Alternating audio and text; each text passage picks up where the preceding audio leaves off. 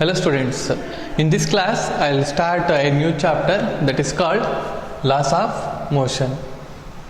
This will come in track 1. That means you have already studied the chapters like physical world, units and dimension, motion in a straight line, motion in a plane. Then after this chapter that is laws of motion. So here mechanics.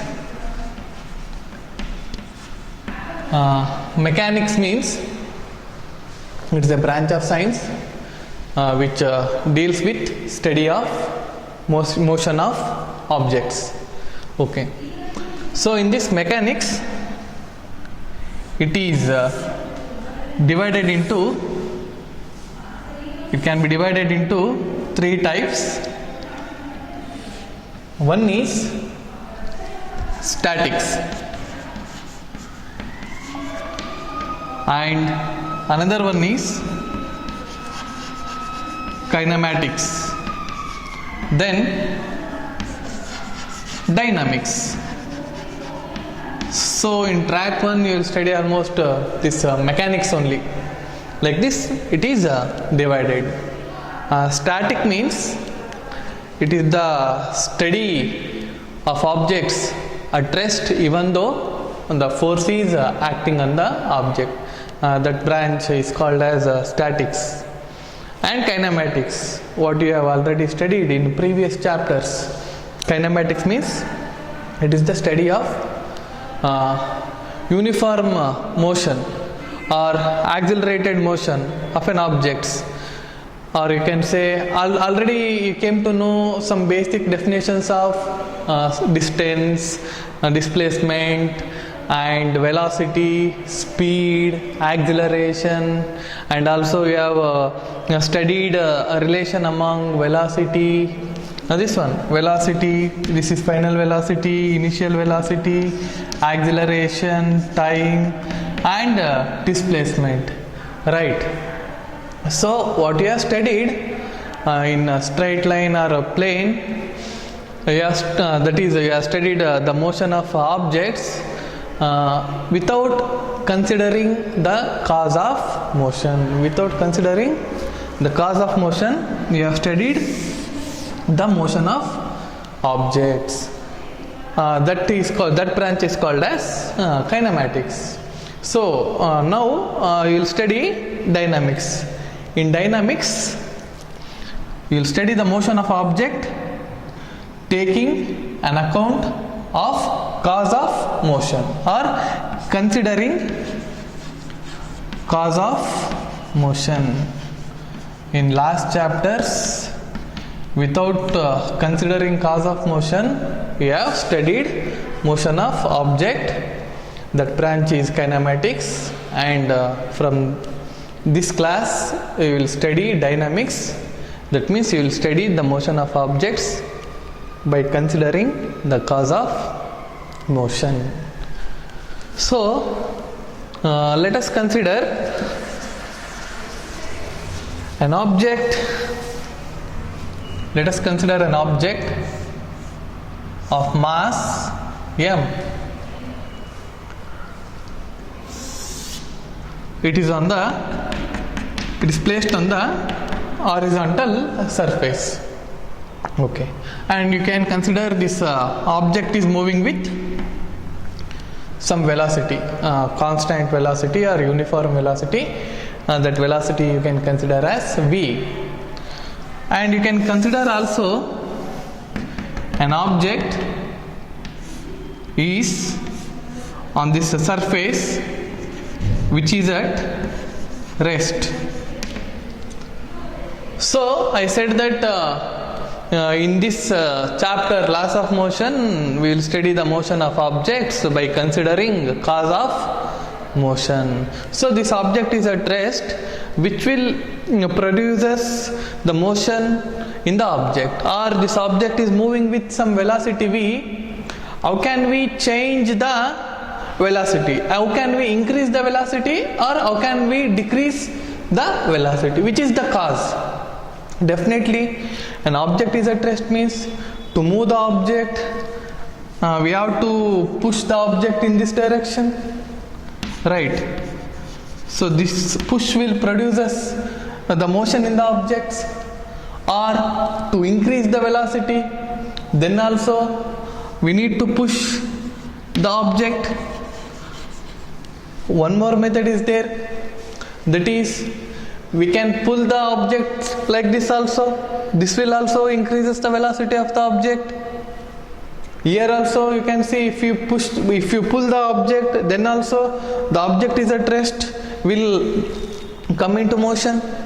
So here we can able to say this push or pull can changes the velocity of an object, and also this push or pull can produce the motion in the objects, or if the object is moving, again by this push or pull we can stop the motion of the object. Suppose the same push if we give from this direction, means definitely the speed of the object will decreases, or if we pull this object from here, means again the speed of the object will decreases, right? Or if you want to change the direction of the object, definitely like this, if you push the object, means the object will not move in this straight line, because of the push in this direction,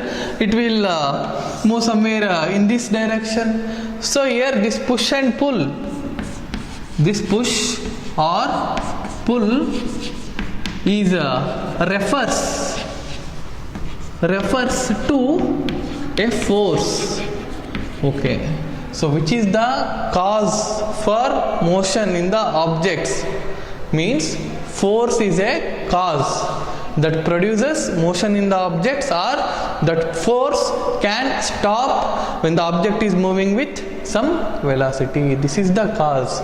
So in this dynamics we will consider the cause of motion. The cause of motion is here force. Force is a cause of motion. First we will define what is force.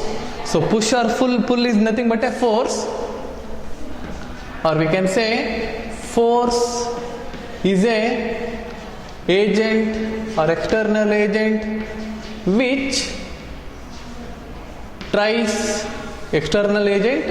changes or tries to changes state of rest or state of uniform motion of a object. Okay, like this we will define the force. Okay, and very long back, so I hope you understood the cause of motion in an object. Okay, that is nothing but force. That is the definition of force. And very long back, a scientist, a philosopher, or a thinker, his name is Aristotle. Okay, and that is nearly around 350 BC. He is a Greek thinker. He studied the motion of objects, and based on his studies he explained about motion of object, and also gave a statement like an external force is needed. An external force is needed to keep the objects in motion. So this is his view about the motion of the objects. Definitely, if anyone see in day-to-day life, means if an object you take a shot put, you roll that shot put on the floor, definitely after covering some distance, that shot put will finally come to rest. So to keep that shot put to in motion means definitely a force is needed, right? So if anyone observe means they will also feel same thing what Aristotle explained. He also explained an external force is needed to keep the object in motion. One more example also you can give, and this Aristotle also observed. Let us consider a bow and arrow. Okay, a bow and arrow. Then a shot from this bow, a shot of an arrow. That means this arrow will move forward direction, right? So why this arrow is moving in forward direction means definitely the air behind this arrow is keep pushing this arrow in forward direction. That means here also we can able to say that the continuous force is needed to keep the body in motion. Like this, based on this example, day-to-day life example, Aristotle said like this: an external force is needed to keep the object in motion. This is his view. Finally, it proven wrong. He made some laws also. Finally, those laws also proven wrong. And one more scientist, that scientist name is called as Galileo. So different scientists' view on the particular concept is different. This is the view from Aristotle, but Galileo view is different. So based on the number of experiments, what Galileo explained means, like this one example I can give among the number of experiment what Galileo conducted. In this experiment, this is one example. Consider an inclined plane. So in this inclined plane, if an object is rolling and you considered the friction is very less, okay, and here an horizontal surface will continue. So the friction is less. You are rolling an object from this inclined plane. Definitely, this object will cover some distance. Okay, if the friction is more, the surface is very rough means the object will not cover more distance. Somewhere here it will stops. But if you consider the friction is very less, it is a very smooth surface, then that ball or this object can cover some more distance. So if there is no friction at all, that is an ideal condition. If there is no friction at all, then what happens means this object will not stops. It will travel an infinite distance up to an infinite time. Then what Aristotle said, a continuous force, external force should act on a body to keep the object in motion. But if we consider there is no frictional force, the surface is a infinitely smooth surface, then here that external force is not needed. Like that Aristotle view, that Aristotle what he explained, that has proven wrong. So this is the view of Galileo. So if the surface is very smooth, then this object infinitely smooth, then this object will move up to an infinite distance. No external force is needed to keep the object in motion. But this is an ideal condition or ideal situation. Based on these experiments, he gave a concept called inertia. He said that a moving body possesses a property. A moving body possesses a property. That property is called as inertia. he explained during first half of 17th century, and later that is in nearly 1687, one more scientist, that scientist name is called Isaac Newton. Okay, the scientist Isaac Newton, he refined this concept of inertia in his first law. So before studying that Newton's first law of motion, we will understand what is the meaning of inertia. So in 1687 he made three laws: Newton first law, Newton second law, and Newton third law.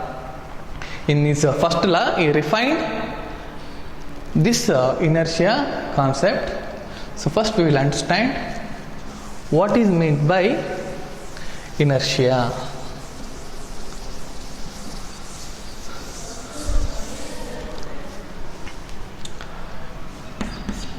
So here inertia means it's a property of an object, or we can say inability of an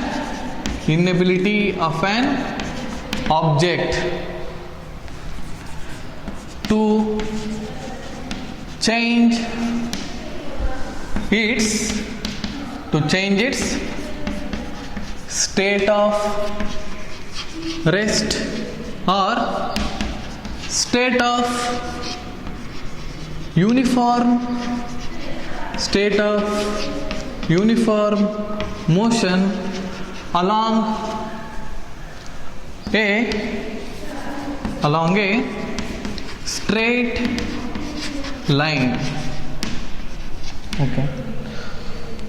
So if an object having mass, so it will have a special property. This object also having mass means this object also having a special property.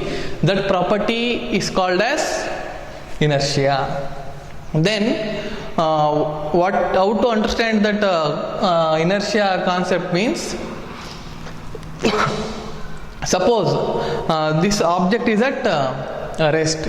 What it wants means it always wants to be at rest. It doesn't want to change its state of rest. Or an object is moving with some velocity means what that object will wants means always that object wants to move in the straight line. It doesn't want to change its state of motion. It doesn't want to change the direction, or it doesn't want to come to rest.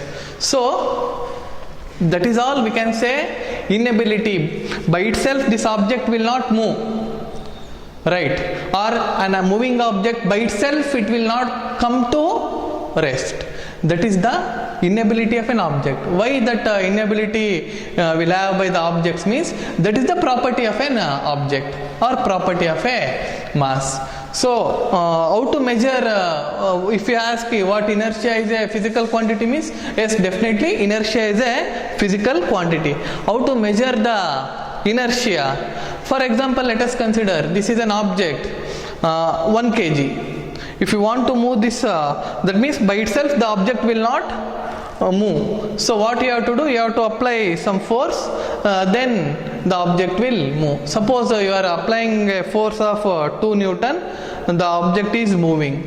In the place of 1 kg, let us place a 2 kg block. Okay.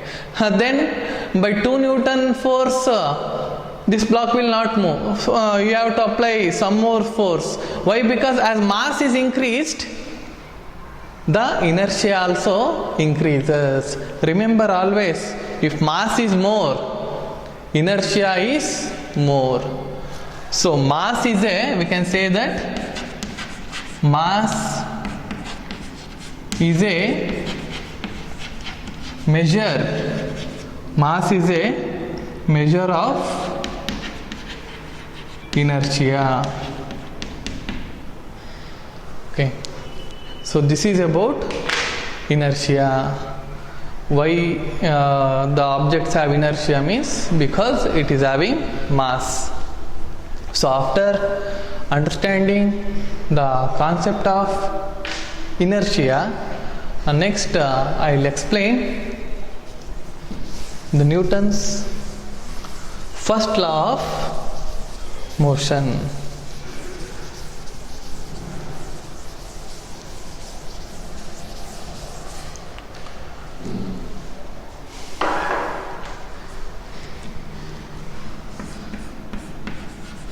Newton first law of motion.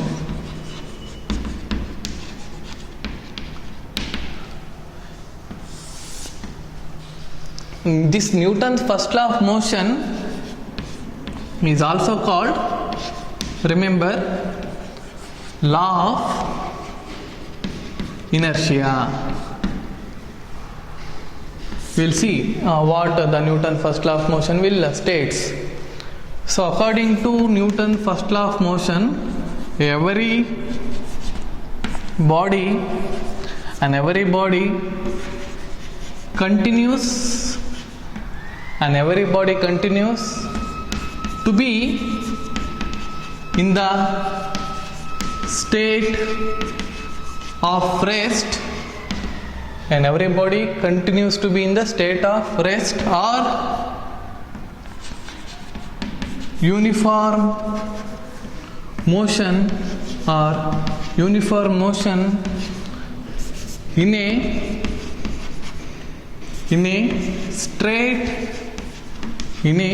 straight line, unless an external force acts on it, or we can say unless an external force compelled on it. This is what Newton's first law of motion. So this meaning and inertia meaning both are same. What inertia state means, the object by itself doesn't want to change its state of rest or motion. So to produce any changes in the state of rest or state of uniform motion means what we have to do? Definitely an external force is needed. The force changes the state of rest or state of uniform motion along a straight line. So this is called as Newton's first law of motion, and also it is called as law of inertia. So I hope you understood. Already you have studied in 9th, 10th, isn't it? So once again you are revising these concepts. So after understanding this Newton's first law of motion, we will see what are the types of inertia.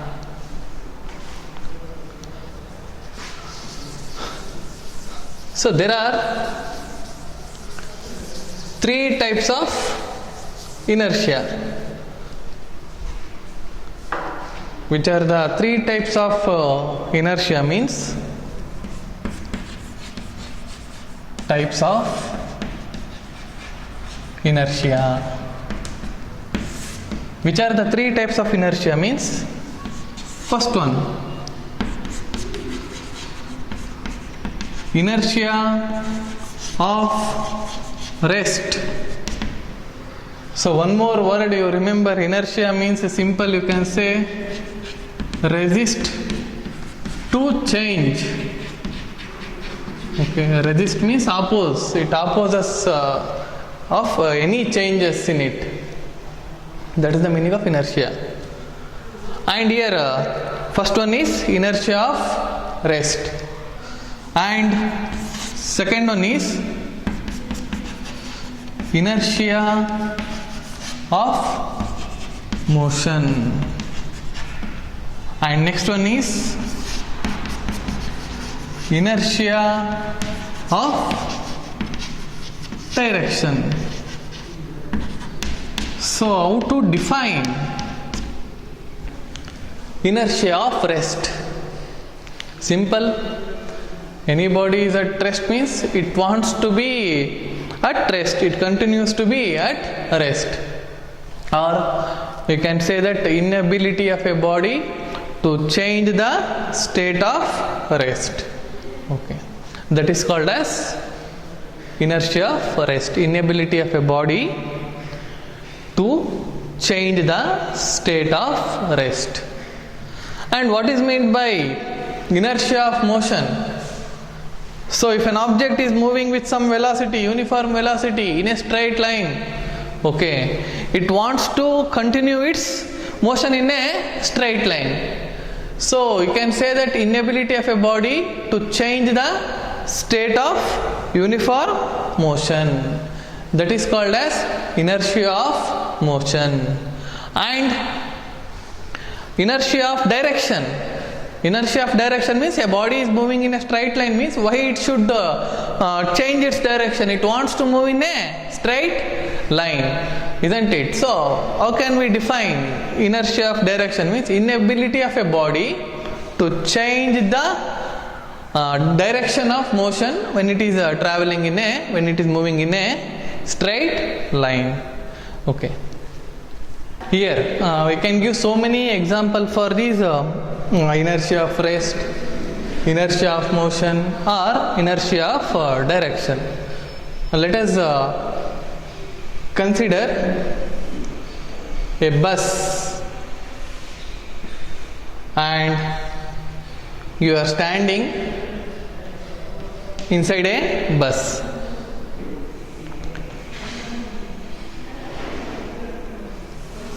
So imagine also we are standing means keeping both of your hands inside a packet, inside your pocket, and you are standing inside a bus. Suppose initially the bus is at rest, the driver starts the bus suddenly. What happens? It will accelerates, isn't it? So at that time what happens? You are not taking any support also. What happens means consider this situation and imagine, that means your lower half is directly connected to the bottom or the floor of the bus, but your top surface is not directly connected, isn't it? So because of that what happens means your upper half initially is at rest, inertia of rest, that means inability to change the state of rest. What your upper half of a body wants, it wants to be at rest, but your lower half is connected to bus, right? So as the bus start moving, your lower body also moves, but your upper body remains to be at rest. Because of that reason you will fall. Because of that reason you will fall backwards. So in this way you can understand the concept of inertia of rest. And let us say now the bus is moving, it is moving with constant velocity. Somehow you manage to stand inside the bus again, okay, and then bus is moving with uniform velocity. Suppose at any instant, at any time, the driver applies brake. Okay. If the driver applies brake means, again you can imagine the situation. This lower half of your body is connected to the bus. The bus is moving in a straight line with uniform velocity, means your lower half is also moves with the same speed, but your upper half is not directly connected to the bus, isn't it? So in this time how can you imagine means your upper half is wants to be in state of motion, but once the driver applies the brake, your lower half of the body suddenly come to be at rest, but your upper half doesn't want to change its state of motion. It wants to be in motion. Because of that, what happens means you fall forward. So like this you can understand inertia of motion. And next one, Inertia of direction. So which example we can give for inertia of direction means inside a car, let us consider you are sitting next to the door and the car is moving in a straight road, that means the car is moving along a straight line. Suddenly there may be a curved path. So driver what he will do means he will not go in a straight direction, right? He has to take turn. Once he will take turn, again you can imagine your lower half is connected to the car directly, but your upper half is not connected to the car directly. In which direction the car will move, your lower half also will move. But your upper half, initially it is moving in a straight line, now also it wants to be moving straight line. So because of that, what happens means then outward force will act on your body. That means the driver will take left turn, means he will move opposite to the left. Okay, so these are all the day examples what we will observe in day-to-day life: inertia of rest, inertia of motion, and inertia of direction. And other examples for inertia of rest, you can consider one more example. Let us consider a carpet having dust. Okay, you have to separate, you have to remove dust from the carpet. So what you will do, you will take a stick and you will beat the carpet. So you are applying force directly on the carpet, you are not applying force on the dust particles. Because of that, what happens, the force is experienced by carpet, right? The carpet will move. Initially the dust is at rest, now also they want to be at rest. So the carpet will move due to inertia. The dust particles wants to be remain at rest, hence the both carpet and dust particles are separated. And let us consider a mango tree. Okay, shake the mango tree, that means you are applying force to the branches, you are not applying force to the mangoes. So which will remain to be at rest? Definitely the mangoes will